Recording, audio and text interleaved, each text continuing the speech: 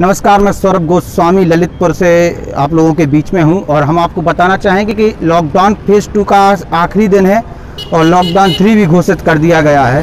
तो जहां 3 कैटेगरी में रेड जोन, ऑरेंज जोन और ग्रीन जोन जो 3 कैटेगरी दी गई है केंद्र सरकार द्वारा जो गाइडलाइंस दी गई, उसी हिसाब से आगे अब कार्य प्रणाली चालू होगी और दुकानें खोली जाएंगी, मार्केट खोला जाएगा और बसें चलाई जाएंगी। जहां जैसी स्थिति है वैसी। साथ साथ हम आपको पता चलें कि जिला अधिकारियों को एक विशेष पावर और स्थानीय समस्या को देखते हुए वहाँ क्या डिसीजन लेना है उसके ऊपर सौंपा गया है। तो ललितपुर में जिस तरीके से एक नगर पालिका द्वारा अनाउंसमेंट किया जा रहा है और उसके माध्यम से सामने आ रही है बात कि जो दुकानें परमिशन पहले से थी वो ही दुकानें खोली जाएंगी, बाकी की दुकानें अभी नहीं खोली जाएंगी। और ग्रीन जोन ललितपुर है, उसके बावजूद भी अब देखने में आने वाले समय में होती है कि जो लोग मांग कर रहे हैं, जैसे मंडी खोलने की बात की जा रही है, किसान परेशान है, उनका माल नहीं बिक पा रहा है, सोशल डिस्टेंसिंग की बात की जा रही है, उसको भी लेके बात करेंगे। और दूसरी हम आप बताएं कि ललितपुर मध्य प्रदेश से चौतरफा घिरा हुआ है।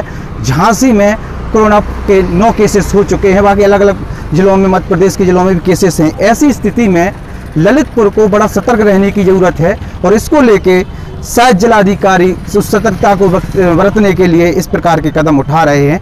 और साथ साथ हम आपको बताएं कि जनता ने जिस तरीके से मेहनत की है, देश के प्रधानमंत्री के आदेश को माना है और उत्तर प्रदेश में योगी आदित्यनाथ द्वारा भी एक कुशल नेतृत्व देखने को मिला है। ऐसी स्थिति में दूसरी समस्या एक साथ में हो रही है कि जो लोग अलग अलग प्रदेशों में थे वो पैदल आए हैं, तो एक बड़े पैमाने पर ललितपुर में भी लोग आए हैं। उनके खाने पीने उठने बैठने की व्यवस्था भी प्रशासन द्वारा की गई है और साथ साथ समाज सेवियों द्वारा भी खुलकर दान दिया गया है। उनको खाने पीने के लिए, उनके लिए खाने की व्यवस्था की गई है। ऐसी स्थिति में अब प्रश्न यह खड़ा होता है कि जब फेज 2 खत्म होने वाला है, तीसरा आरंभ हो रहा है, तो अब क्या होगा? उनके खाने पीने की क्या व्यवस्थाएं की जाएंगी, प्रशासन क्या व्यवस्था करेगा और जो अभी तक समाज सेवा करते हैं वो क्या आगे करेंगे? दूसरी चीज़, कोरोना को लेके एक चीज़ स्पष्ट सामने आ रही है कि कोरोना जाने वाला नहीं है। हम और आपको कोरोना के साथ जीना पड़ेगा, उसके साथ हम और आपको अपनी सतर्कता के साथ आगे बढ़ना पड़ेगा। जो गाइडलाइंस हैं, सोशल डिस्टेंसिंग, फिजिकल डिस्टेंसिंग और आपको जो हम बताएं कि मास्क अनिवार्य कर दिया गया है, लेकिन अभी भी मास्क को लेकर सख्ती बरतने की ज़रूरत है। कई अधिकारी, कई कर्मचारी मास्क नहीं लगाते हैं, चाहे वो कोई भी हो। जब ऊपर से गाइडलाइंस है तो सभी को उसका उपयोग करना पड़ेगा और हम और आप अपनी सुरक्षा के लिए मास्क लगाते हैं। सरकारी कर्मचारियों को मास्क लगाना कंपलसरी है चूँकि आदेश है और साथ साथ हम लोगों की भी जिम्मेदारी है कि हम लोग भी मास्क लगाकर ही निकलें। लेकिन लोग समझदार नहीं है या जानबूझ के यह करना नहीं चाहते हैं। तो आपको देखने में आ रहा होगा कई लोग मास्क नहीं लगाते हैं, जिससे कहीं ना कहीं हम और आपको खतरा है और ऐसे लोगों पर कार्रवाई होना चाहिए। हम अपील करते हैं कि जो मास्क नहीं लगाता उस पर एक जुर्माना लगाया जाए ताकि वो मास्क लगाकर ही निकलें घर से।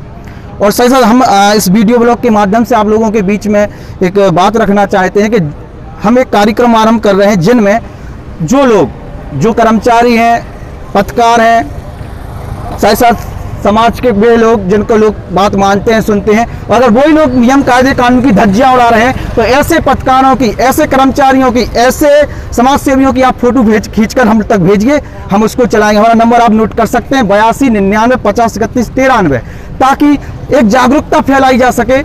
लॉकडाउन का फेज 3 कल से आरंभ हो रहा है, उसमें इन सब चीज़ों की बहुत ज़्यादा जरूरत पड़ेगी।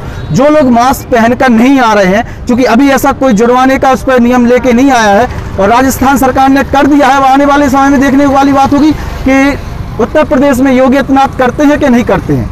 लेकिन हम और आपको सतर्कता बरतने की बहुत ज़रूरत है, चूँकि अगल बगल के जितने भी हमारे ज़िले हैं वहाँ पर कोरोना पॉजिटिव केसेस हैं। और आपको एक और बात बताएं कि कई जो ग्रीन जोन थे, ग्रीन जोन में जो जिले आते हैं उनमें कोरोना पॉजिटिव केस आ रहे हैं। तो ऐसे में आप कहें कि हम बचे हैं, हम और आप सतर्क रह सकते हैं, क्योंकि टेस्टिंग के बगैर हम ये नहीं कह सकते कि हम लोग कोरोना से बच गए हैं। दूसरी चीज़, कोरोना एक लंबे समय तक चलने के लिए आया है, वो चलेगा। हम और आपको उसके साथ जीने की आदत डालनी पड़ेगी सतर्कता के साथ। गेट खोलने से पहले यह आप ध्यान रखें, किसी व्यक्ति के बगल में जा रहे हैं, इसका ध्यान रखें कि हमें अपने आप को बचाना है, उससे दूर रहना है। फिजिकल और सोशल दोनों ही चीज़ों का ध्यान रखना है। हाथ को बार बार मुंह के पास लेकर नहीं आना है, लोगों से टच नहीं होना है। हाथ को कहीं पर हम और आप अपने हाथ को ऐसी जगह पर ना लगाएं जहाँ पर हमारा आप पहले लगाते थे, तो उस चीज़ का विशेष ध्यान रखें। कहीं पर भी अनावश्यक ना निकले, ना ही बैठें। अब हम आपको बताते हैं कि जो 1 महीना निकला है, कहीं की जो लॉकडाउन 1 और लॉकडाउन 2 निकला है, उसमें क्या स्थिति बनी है आपके क्षेत्र, आपके ललितपुर की हम बात करें। ललितपुर में लॉकडाउन में के पीरियड में दारू बिकती रही, लॉकडाउन के पीरियड में राशि बिकती रही, लॉकडाउन के पीरियड में जितनी अनियमितताएं हो सकती वो सब हुई। लेकिन एक अच्छी चीज देखने को मिली कि ललितपुर के डीएम और एसपी द्वारा जबरदस्त मेहनत की गई और बॉर्डर चेक की गई, जगह जगह जाकर उन्होंने जागरूकता का काम किया है।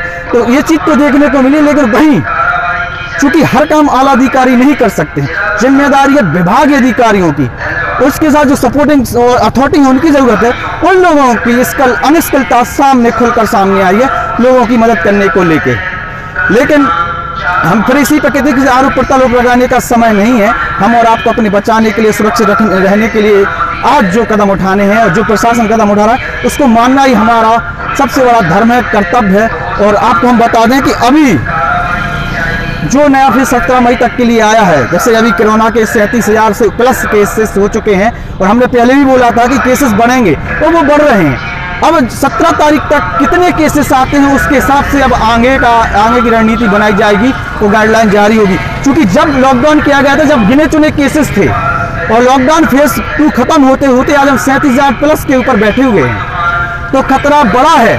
और चूंकि इकोनॉमी ध्वस्त होती जा रही है, बेरोजगारी बढ़ती जा रही है, ऐसी स्थिति में अब लॉकडाउन खोलना भी सरकार की मजबूरी बन गई है, वरना नुकसान इतना बढ़ जाएगा कि सरकार रिकवर करने में बहुत दिक्कत हो जाएगी और बेरोजगारी बढ़ रही है। ऐसे लोगों को घर पर भेजाने का कार्य भी अब किया जा रहा है, जहां पर लोग फंसे हुए थे उनके लिए बसें चलाकर उनका कार्य किया जा रहा है। ये सब चीजें देखने में आ रही हैं और हम लोगों को करना भी पड़ेगा, प्रशासन को भी करना पड़ेगा। सरकार समझ चुकी है कि आने वाले समय में लॉकडाउन बहुत लंबे तक चलेगा, कोरोना जाने वाला नहीं है। सिर्फ लोगों को सुरक्षित उनके घर तक पहुंचा जाए, तो डर और भय का माहौल लोगों के बीच में है उसको कहीं ना कहीं खत्म किया जाए। ये चीजें सामने आई हैं। हम फिर यही कहेंगे कि लॉकडाउन के पीरियड के जब ये आज खत्म हो रहा है, कल से जो नई चीज आ रही है उसका पालन करें और घर पर मास्क लगाना अनिवार्य है। इस चीज का आपको ध्यान रखना है, दूसरों को भी समझाना है। हम लोगों के अंदर जो कोरोना को लेकर सतर्कता बढ़ती जा रही है, उसको लेके एक जागरूकता का अभियान भी सरकार द्वारा चलाया गया है। हम सभी का कर्तव्य उसको मानना है और आगे बढ़ना। जय हिंद, जय भारत। सेफ रहें, सुरक्षित रहें,